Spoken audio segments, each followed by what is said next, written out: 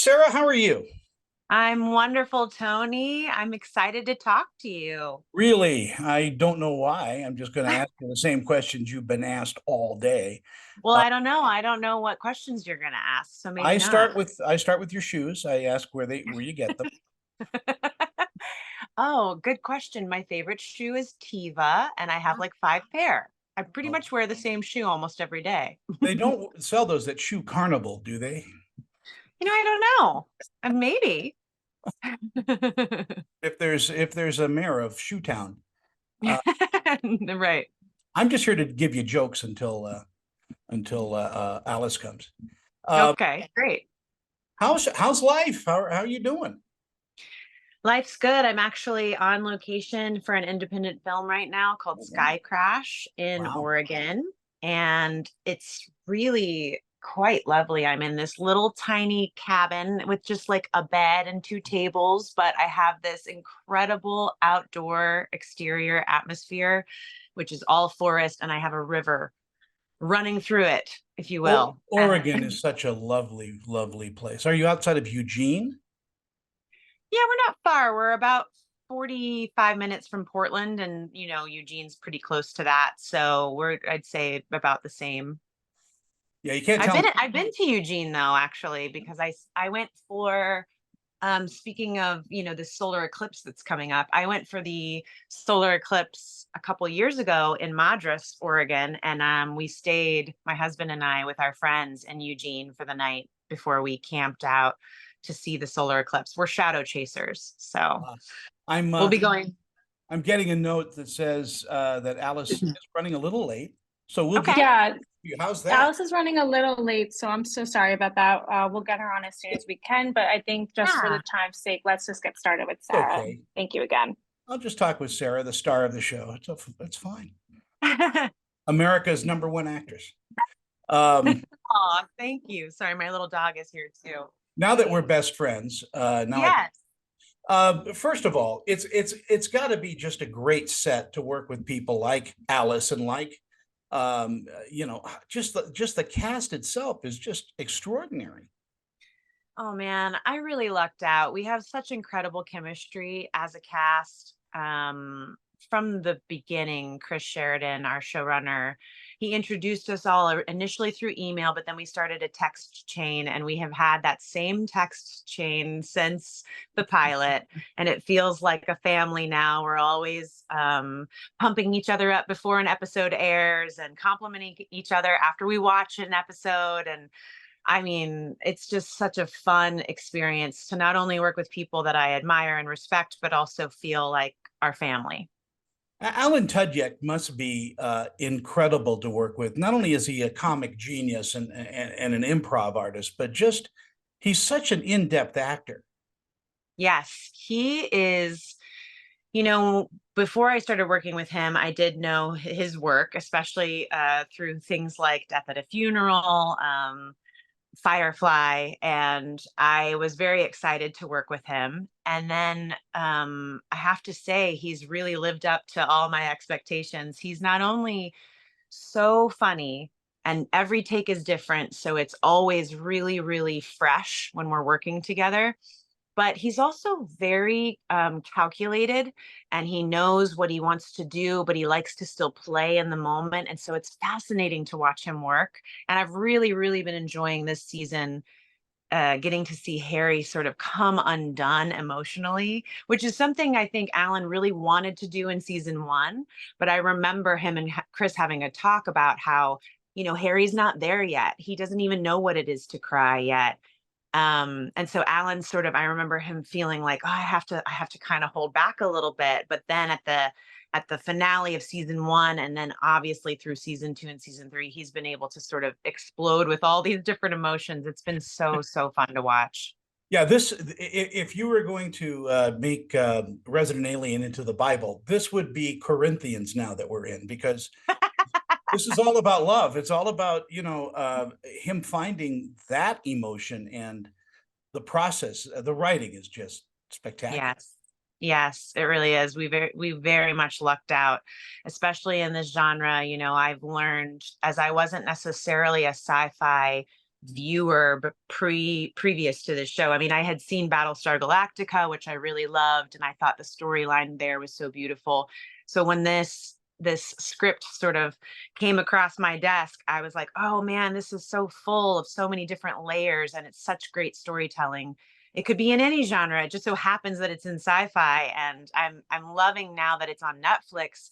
People who wouldn't normally check out a sci-fi show because of that same maybe stigma they think is attached to sci-fi shows, they're starting to see it's got so much more heart and so much flavor that they get to taste in every episode with every character. What do you like about your character, Asta? Oh gosh, let me count the ways. The first thing I love about Asta is she's very layered.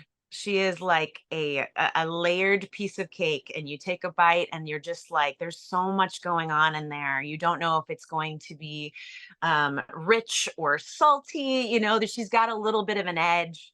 And there's also a sweetness to her, especially when she gets to be in scenes with her best friend, Darcy. And there's a tenderness and a vulnerability there. So as an actor, it's been such a wonderment to be able to play a character that is so full in so many different ways. But I think the thing I like about her the most is that she's very um honest, and she's willing to go the extra mile for her family and friends, and even for her new alien friend to to do what's right. There's this really great moment that Harry has. You get to hear his voiceover, and I think it's in season 2. He says something like, Asta never lets me do anything fun, like kill anyone. And, and it's so sweet, but true. It's like, I keep him honest because I'm so honest. And I really love that about her. Will you take a piece of her home with you when the show is finally kind of after its 10 se Yeah. Well, first of all, I'm hoping I get to take that leather jacket home with me because it was tailor made for me, Tony. And I have never had anything tailor made for me before in my life. I remember us putting that jacket on the first time, Asta and I burst into tears. I was so like, this fits my body perfectly, and I feel like Asta, and it was just such a wonderful experience. So I'll be taking that home with me as long as costume lets me. And I'll make a and call, I don't worry. yeah, thank you. I definitely think I will be taking on, I myself definitely am very honest, but there's something about her willingness to sort of sit back and also witness and observe that I really like. She's caught up in moments with a bunch of other comedians where she has a lot of reactions, which is a testament to her listening. And I think I will take one from Asta and be a better listener after working on this show. And more and more audiences are discovering Resident Alien. I mean, it's only in its infancy, 3 seasons. Mhm. What do you think they're taking away from watching it? I think they're taking away a genuine surprise of how good it is. Like, I think they are truly coming to the table thinking it's going to be this slapstick comedy and walking away going, wow, this is just full of so much goodness, like laughs and tears and so many layers, that I think they're kind of walking away with surprise first and then also wanting more. I've heard so many people just so grateful that it's on television right now. With everything we've been through in the last 5 years, the show has endured through the COVID and quarantine era, through the strike for the actor and writer industry.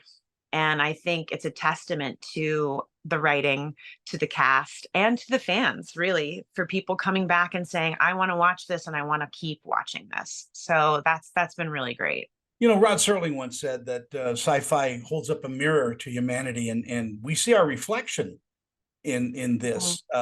Even though it's extraterrestrial, we see ourselves and Yeah.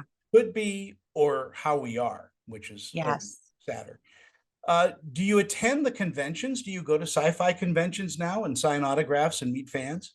I do when they ask me to. I don't have like a set, I think there's like a PR or publicist for that when you can go to even more conventions right now. I'm still just going to the ones that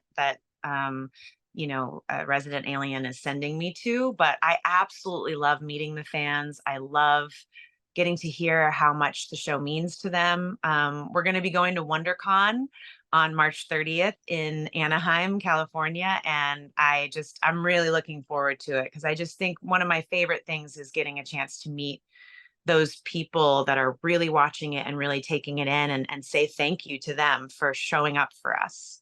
All right, you take care. And my gosh, what a great show. What a great series. And what a great actress you are. Thanks, Tony. I really appreciate it. I want you to direct. You got to start directing. Hey, I have a production company with my husband, and right now he's the director, but I've told him already. I said, we're going to switch positions at some point and I'm going to be directing you. And he was like, I'm ready. Something tells me you're already calling the shots. So anyway. Yeah. Sometimes. Take care and thank you so much. Thanks, Tony. Bye-bye. Bye.